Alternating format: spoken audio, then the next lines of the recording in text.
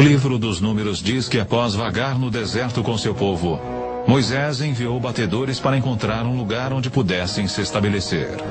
Os batedores foram para o norte, para Hebrom. Ao retornar, relataram: todos que vimos ali eram gigantes. E éramos, aos nossos próprios olhos, como gafanhotos, e assim também lhes parecíamos.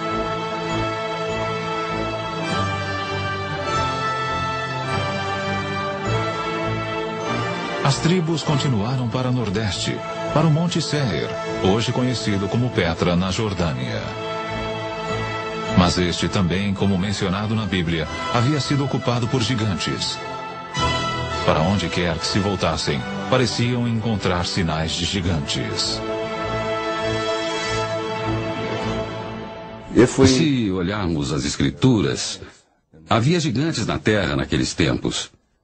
E se interpretarmos isso literalmente, em vez de simbolicamente, e simplesmente havia homens poderosos e com poderes extraordinários, então podemos afirmar que os primeiros homens, os primeiros humanos, eram gigantes.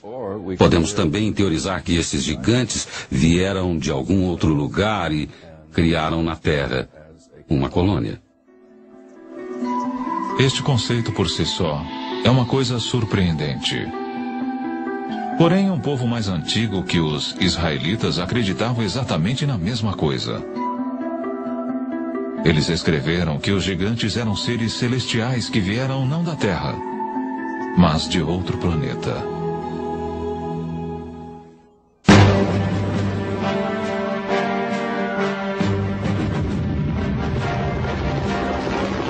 Este é o campo de batalha da Guerra do Golfo.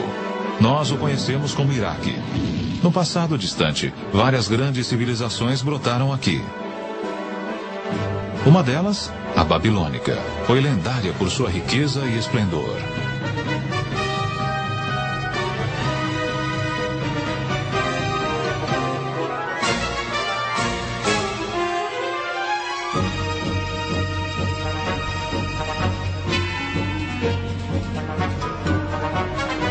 Porém, muito antes da Babilônia, há 6.000 anos, outra notável civilização desenvolveu-se aqui. Seu povo era os Sumérios, que possuíam uma cultura muito avançada. Eles foram os pioneiros de quase tudo que constitui a nossa sociedade atual. Criaram o primeiro congresso com 2 câmaras, a primeira escrita, o primeiro sistema de escolas e assim por diante. Surge então a pergunta: de onde veio tudo isto? Creio que temos de recorrer aos próprios antigos sumérios e prestar atenção no que eles têm a nos dizer, porque eles nos dizem, em tudo que é lugar, repetidas vezes, que a civilização lhes foi ensinada por seres vindos dos céus para a terra. Eles os chamavam os Ananoques. Os sumérios escreveram sua história em tábuas de argila como estas, que ficaram ignoradas no Museu de Berlim por meio século. Poucas pessoas foram capazes de decifrar este antigo idioma, mas uma delas é Zecharia Sitchin.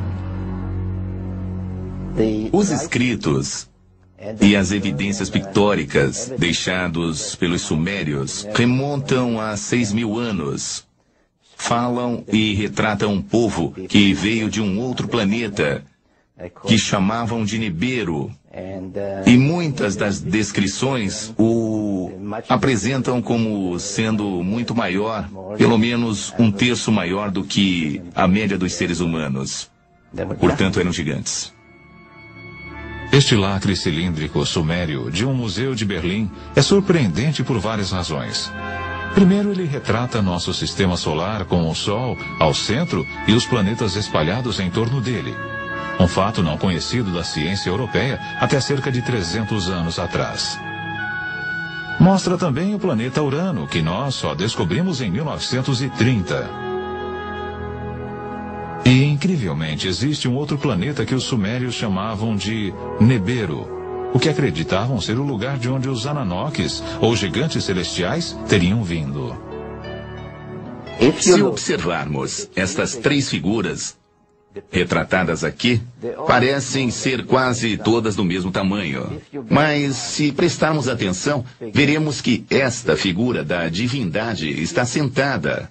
E se calcularmos seu tamanho pela medida dos joelhos ao quadril, verificaremos que ela tem uns 3 metros de altura. É um daqueles que desceu dos céus para a terra. Os astrônomos em busca de sinais de vida extraterrestre prescrutam cada vez mais fundo o universo. Porém, talvez devessem estar procurando o tempo todo, mais perto de casa.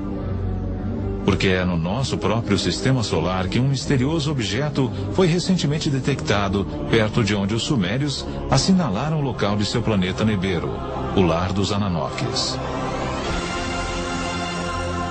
Para os que acreditam, isto é uma prova convincente de que os gigantes celestiais são reais.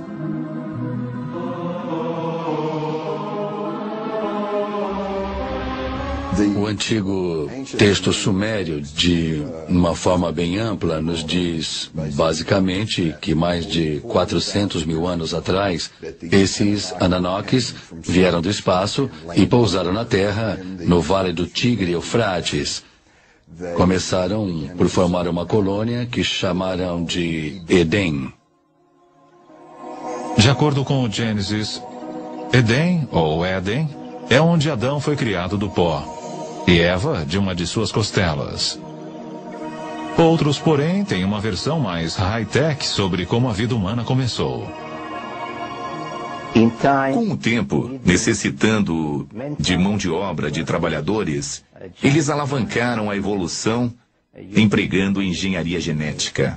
Recolheram o esperma de um dos Ananokes e o inseminaram no óvulo de uma humanoide primitiva, provavelmente uma dessas primitivas cujos restos arqueológicos estão agora sendo encontrados na África, a famosa Lucy, e eles então produziram um híbrido que acabou se tornando o homem de Cro-Magnon, ou seja, o homem moderno. Diz a lenda que quando os Ananokes retornaram após vários milhares de anos para ver como sua obra genética se desenvolvera, encontraram na Terra mulheres irresistivelmente atraentes.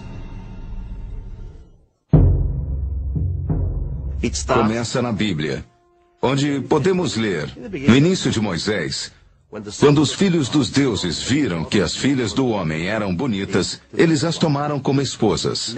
Mais tarde, daqueles ventres, nasceram gigantes. Tão destrutivos eram esses titãs, que os Ananokes que os geraram decidiram destruí-los. O livro apócrifo de Baruque nos conta até quantos gigantes foram mortos. O livro de Baruque diz: depois o Senhor criou o grande dilúvio, destruiu toda a vida que havia na terra, incluindo os 409 mil gigantes.